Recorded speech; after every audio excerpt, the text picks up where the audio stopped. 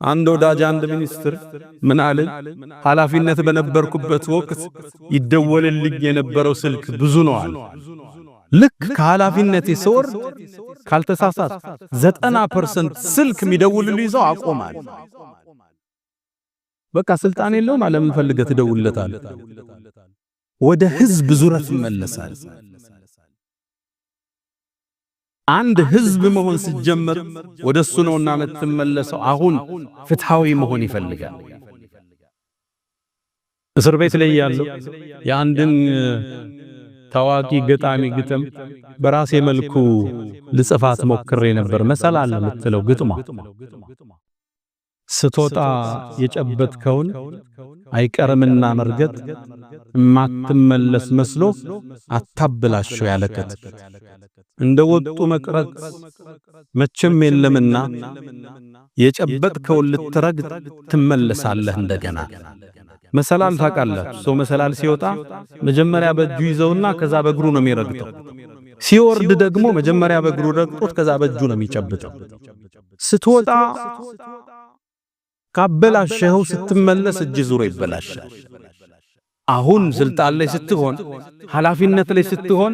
እሱ እኮ እንዲያርጎን ማትባል መሆን አለበት ዝቅ ማለት መተናነስ የህዝብ አንድ ሰው እንደሆን ማሰብ ይፈልጋል አራተኛ ያስከውን ወንበር ተጠቅመህ ይሄምለው ክፍለ ሀገር ድረስ ላሉ መጅሊስ አመራሮች የተለየ ለዘር ለቤተ ዘመድ ለወገን እንዳታደራደር አለሃል ቤተሰብ ሲመጣ የተሻለ አገልግሎት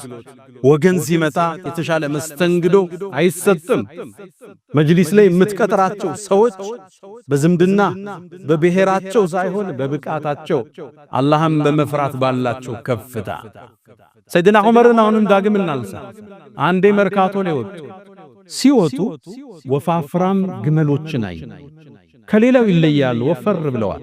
እነዚህ ግመሎች የማን ናቸው አሉ ሰይድና ዑመር ይሄማ ያንተ የልጅህ የአብዱላህ ነው አሏቸው አሃ አብዱላህን ጥሩልኛ አንተ አብዱላህ እነዚህ ግመሎች የማን ናቸው የኔ በገንዘቤ ገዝቼው ከዛም ሳር እንዲግጡ ልካቸዋለሁ ወፈሩ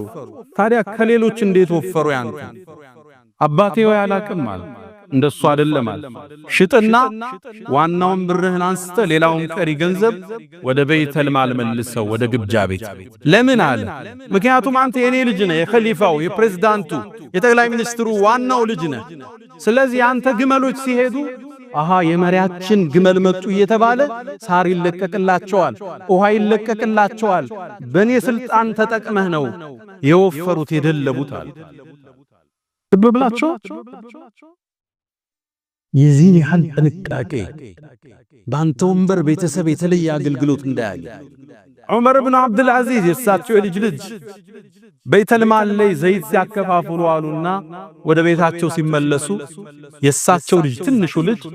ሚያምር ጸጉሩን በቀረው ዘይት ረጋ አርጎታል ጸጉሩ አበራ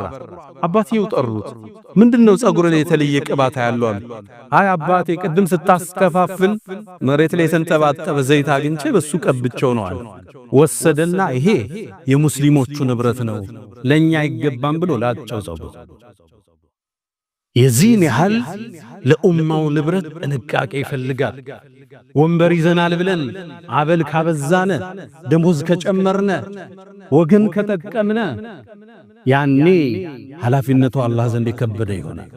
ጥፋቱ የገዘፈ ይሆናል ስንጠቀም ቢልማዕሩፍ የዚህ ኡማ ንብረት ነው የዚህ የቲም ትውልድ ንብረት ነው የሐጁ ገንዘብ ይሁን በመዋጮ ምናገኘው ይሁን በስጦታ ምናገኘው የትውልድ ሀብት ስትጠቀም መጥነ ስትበላ መጥነ ብችል እሱን ተበላበህ ምታደር መጅሊስ ውስጥ ከነበሩ አንድ ኃላፊዎች አቃለሁ ለስብሰባ ሲሄድ ውሃ እንኳን እንዳይጠጣ ውሃ ይዞ መሄድ ሰው ነው ያቃል ህዝብ ማገልገል እንጂ ከህዝብ መጠቀም አይደለም